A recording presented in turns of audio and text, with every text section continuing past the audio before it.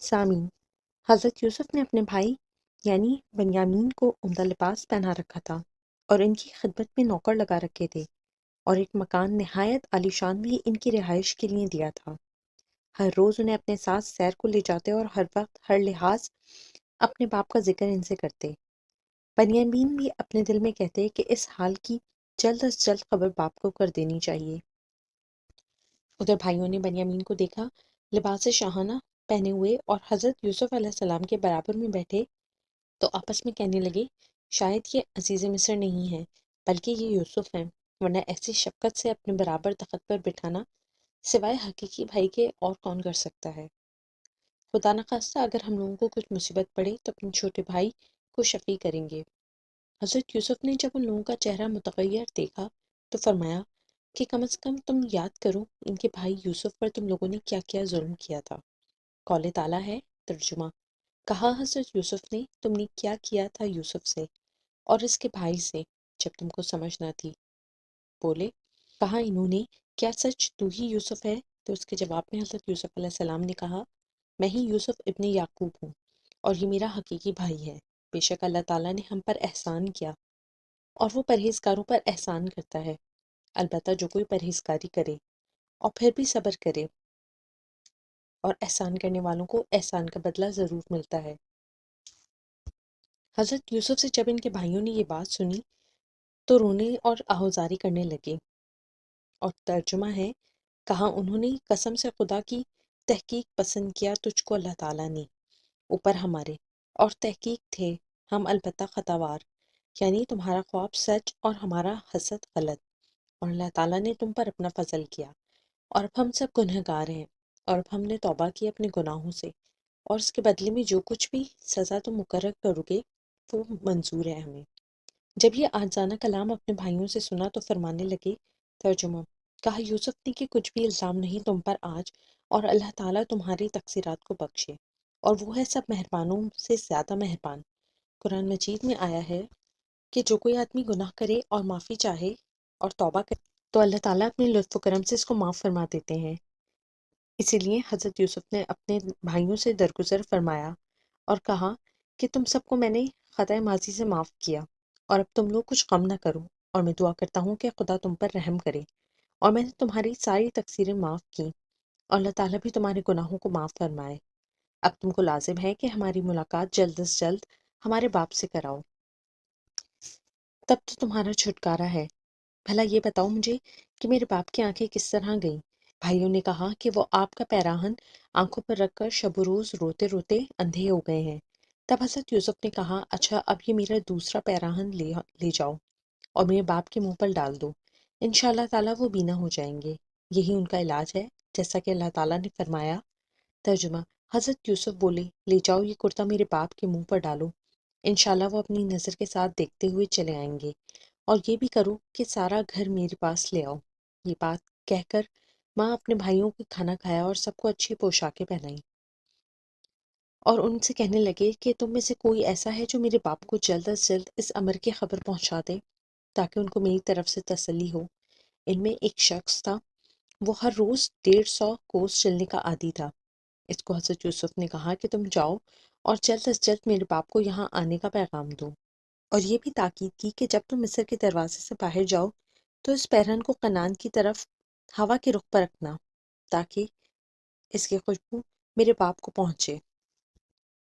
اس آدمی سے مصر سے نکلتے ہی یہی عمل کرا۔ تھوڑی دیر بعد حضرت یعقوب اپنے لوگوں کے پاس بیٹھے تھے، ان سے کہنے لگے اے لوگوں، اب تو یوسف کے پیراہن کی بو بھی پاتا ہوں میں، مجھے دیوانہ مت کہنا، جیسا کہ اللہ تعالیٰ نے ارشاد فرمایا۔ ترجمہ، اور جب جدا ہوا قافلہ مصر سے، کہا ان کے باپ نے کہ میں پاتا ہوں یوسف کی، کبھی ایسا نہ ہوا کہ تم کہنے لگو کہ بوڑھا بہک گیا ہے۔ یہ بات حضرت یعقوب علیہ السلام کے لوگ سن کر کہنے لگے، قول تعالیٰ ہے، ترجمہ، لوگ کہنے لگے خدا قسم خدا کی تحقیق تو البتہ بیچ وہم و گمان اپنے قدیم ہے۔ اس بات کو کہے ہوئے کچھ ہی ساتھ گزری تھی کہ ایک آدمی حضرت یعقوب کو جا کر حضرت یوسف کی طرف سے بشارت دیتا ہے۔ یہ سنتے ہی حضرت یعقوب کہا کہ اس وقت وہ کہاں ہیں؟ وہ بولا کہ یوسف کو ہم نے مصر میں پایا ہے، اور ملک مصر کے بادشاہ ہیں وہ، اور دوسرے بھائی بھی وہاں موجود ہیں، وہ سب آرام سے اچھی طرح رہ رہے ہیں، اور باقی یہودا اور باقی بھائی ہمارے ہمراہ پیچھے آ رہے ہیں، اور وہ اپنے ہمراہ یوسف کا دیا ہوا کرتا لے کر آ رہے ہیں۔ حضرت یوسف نے یہ تاکید کی تھی کہ سب اہل بیت کو یہاں لے آؤ۔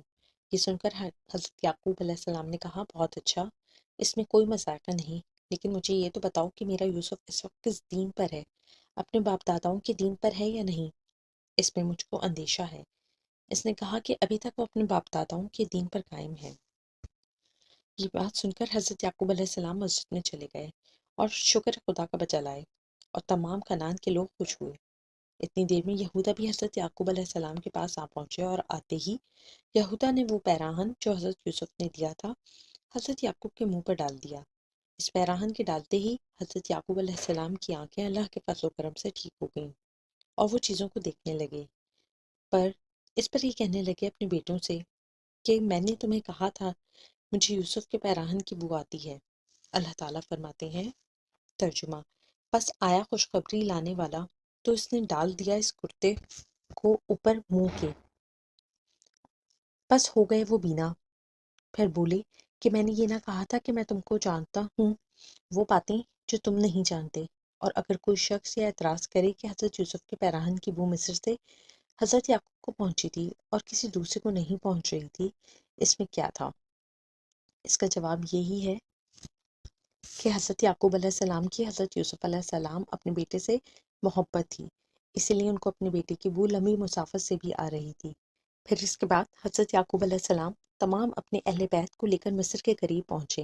اس خبر کو سن کر بادشاہ ریان بہت خوش ہوا اور حضرت یوسف سے کہا کہ عطائے شکر تم کو واجب ہے، اپنے ماں باپ سے اور تمام اہل بیت سے تمہاری ملاقات ہوئی، اور جتنا مال پہلے سب کے واسطے تم نے اپنے والد بزرگوار کو بھیجا تھا، ہم اس سے بہت ہی خوش ہوئے، اور بھی اتنا ہی مال خزانے سے لے کر عطائے شکر میں فقیروں اور محتاجوں کو خیرات کرو۔ اور پھر ملک ریان نے بھی ہدیہ خاص حضرت یعقوب علیہ السلام کے واسطے بھیجا۔ اس کے بعد حضرت یوسف علیہ السلام نے فرمایا کہ تمام مصر کو دبائے رومی سے آراستہ کریں اور مکانات نئے نئے جداگانہ تیار ہوں۔ بس حضرت یوسف علیہ السلام اپنے لشکر بادشاہت کے مصر سے نکل کر 2 منزلہ آگے باپ کے استقبال کو آئے۔ ادھر یعقوب علیہ السلام کا حال یہ تھا کہ جب کسی سے راستے میں ملاقات ہوتی تو اس سے پہلے یہی دریافت کرتے کہ بتاؤ میرا یوسف کہاں ہے۔ وہ لوگ اس کے جواب میں کہتے کہ وہ ہم لوگوں میں کیسے ہو سکتے ہیں، ہم تو غلام ہیں اور وہ بادشاہ ہیں۔ تھوڑے ہی دور چل کر حضرت یوسف علیہ السلام اپنے والد بزرگوار سے ملاقات ہوئی۔ حضرت یعقوب علیہ السلام حضرت یوسف کو دیکھتے ہی اپنی سواری پر سے اترے اور محبت و تعظیم سے یوسف کو اپنی اماری پر اٹھا لیا، اور پھر دونوں مل کر بہت روئے، اور یہ حال دیکھ کر تمام اہل رشک بے غمزدہ ہو گیا، اور حضرت یعقوب علیہ السلام کا سر سب سے بلند ہوا۔ یہ دیکھ کر سب بہت حیران اور معتجب ہوئے، اور اسی اثنا میں دیکھا گیا کہ کبھی حضرت یعقوب علیہ السلام ہنستے تھے اور کبھی حضرت یوسف علیہ السلام روتے تھے۔ پھر اس کے بعد حضرت یعقوب علیہ السلام اپنے تمام اہل بیت کو لے کر اس قصر معلیٰ میں جا اترے جو کہ خاص حضرت یعقوب علیہ السلام کے لیے بنایا گیا تھا۔ حضرت یوسف علیہ السلام نے اپنے باپ کو لے جا کر شاہی تخت پر بٹھا دیا، جیسے کہ اللہ تعالیٰ نے ارشاد فرمایا۔ ترجمہ، تختے اور بلندی پر تخت شاہی کے اپنے باپ کو بٹھایا، اور پھر سب کے سب بھائی اس کے آگے سجدہ تعظیمی میں گر گئے۔ یہ سجدہ تعظیمی اس وقت شریعت میں جائز تھا، اب منع کر دیا گیا ہے۔ پھر سجدے سے سر اٹھا کر حضرت یوسف نے اپنے باپ سے کہا، قول تعالیٰ ہے۔ ترجمہ، اور کہا یوسف نے، اے میرے باپ، یہ بیان ہے میرے اس پہلے خواب کا، اس کا میرے رب نے سچ کیا، اور اس نے مجھ پر بہت بڑا احسان کیا کہ مجھ کو قید خانے سے نکالا اور پھر تم سب کو میرے پاس لے آیا۔ بعد اس چیز کے جھگڑا اٹھایا مجھ میں، اور پھر میرے بھائیوں میں شیطان مردود نے، اور میرا رب ہر کام کو بذریعہ تدبیر کرتا ہے جس طرح چاہتا ہے، بے شک وہی ہے خبردار حکمت والا۔ اگلے زمانے میں سجدہ کرنا بڑوں کی تعظیم سمجھی جاتی تھی، اور فرشتوں نے بھی حضرت آدم علیہ السلام کو سجدہ کیا تھا، اور اس شریعت محمدیہ میں وہ رواج بالکل موقوف کر دیا ہے، بلکہ سجدہ کرنا کسی مخلوق کو حرام کر دیا ہے۔ پس حضرت یوسف نے کہا کہ اے میرے ابا جان، یہ وہی خواب ہے جو میں نے دیکھا تھا کہ آفتاب اور مہتاب اور 11 ستارے مجھ کو سجدہ کرتے ہیں۔ اللہ تعالیٰ نے وہی خواب میرا سچ کر دیا۔ بعد اس کے دوسرے دن تمام اہل مصر نے اپنے اپنے ہدیے و نذرانے حضرت یعقوب کو پیش کیے۔ جو در حقیقت حساب و گنتی سے باہر ہے، اور وہ سب مال حضرت یوسف علیہ السلام نے اپنے بھائیوں کو دے ڈالا۔ اور پھر ملک ریان بھی حضرت یعقوب کو دیکھنے آیا۔ خدا کے فضل و کرم سے ان کی صحبت کی برکت سے وہ دین اسلام سے مشرف ہوا۔ پھر اس کے کئی لوگ آئے اور وہ مشرف و اسلام ہوئے۔